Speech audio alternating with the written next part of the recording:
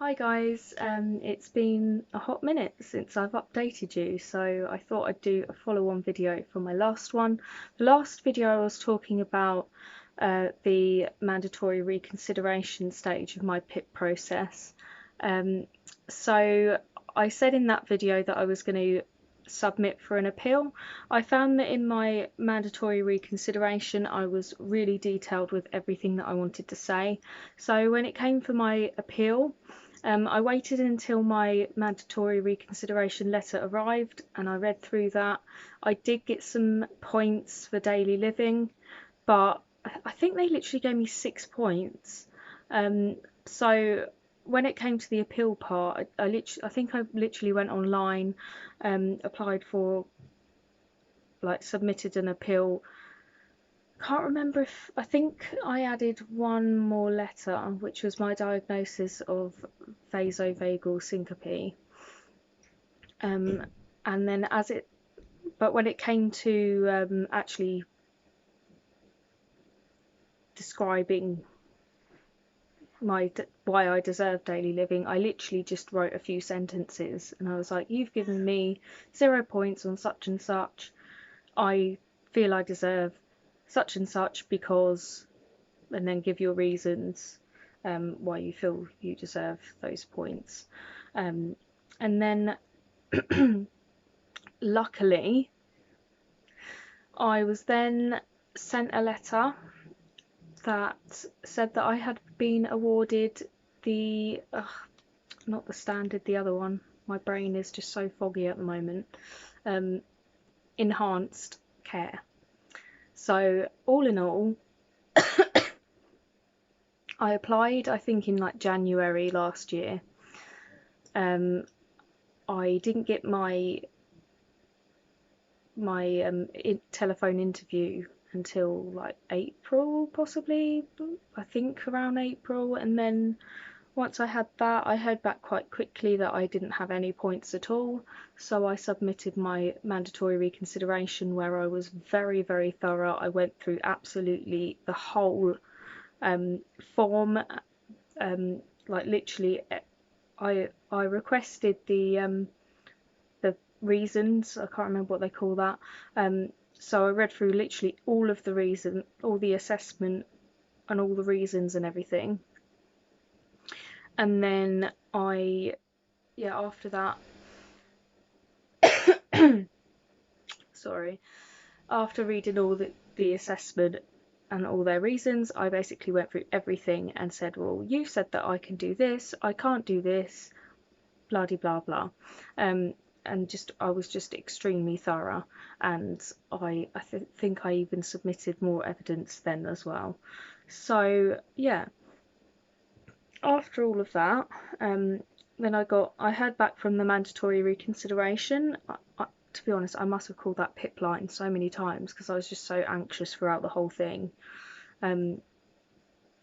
So I think I heard back from the mandatory reconsideration within a few weeks, and then obviously that came back and I had 10 points. I think it was like 10 points mobility and 6 points standard living, daily living, whatever. So yeah, so I was only going to push for the standard. I did feel like I deserved the enhanced, but I just know that they're so rubbish that I'd be lucky to get anything. So yeah, if they would have given me those extra 2 points, then I wouldn't have pushed for the enhanced, because I just wanted to be done with it. But I'm really glad that I think somebody then actually looked at my forms and actually read everything and was like, oh, actually she does deserve this. So yeah, that was the process. So I think all in all, I applied in January and I finally got PIP in either May or, no, it wasn't May, it must have been quite a long time after that, actually. I think it was in August when I finally got like the back pay and everything that they owed me. So yeah, so that was that. So all in all, it was quite a long process. It was bloody stressful, and I'm glad it's over and done with. But it's now, as I'm making this video, it's now May 2022, so I'm gonna have to go through this whole process in about a year and a half again.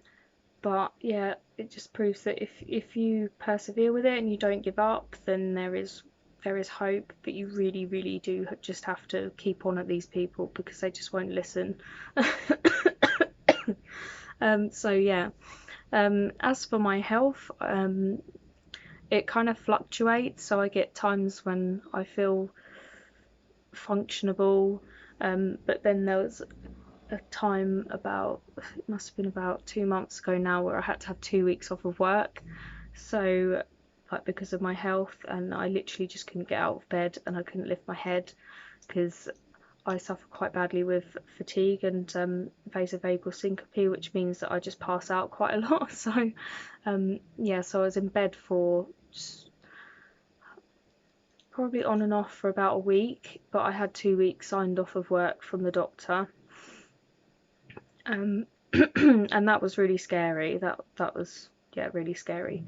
But it's for moments like that that I'm glad that I did apply for PIP, because it means that I'm not going to struggle financially if I do need to take time off of work, which I often do. So yeah, I'm very glad that I went through with it.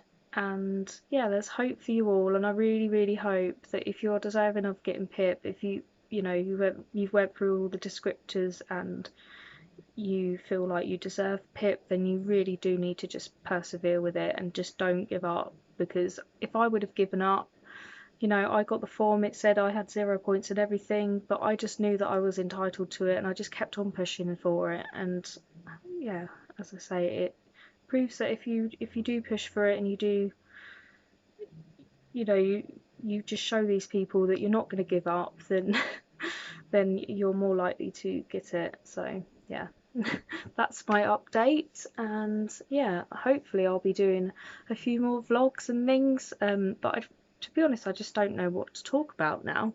So if anybody has any suggestions on what I should do videos about or whatever, then just write them below and I will possibly make some videos. Also, this is my husband's head.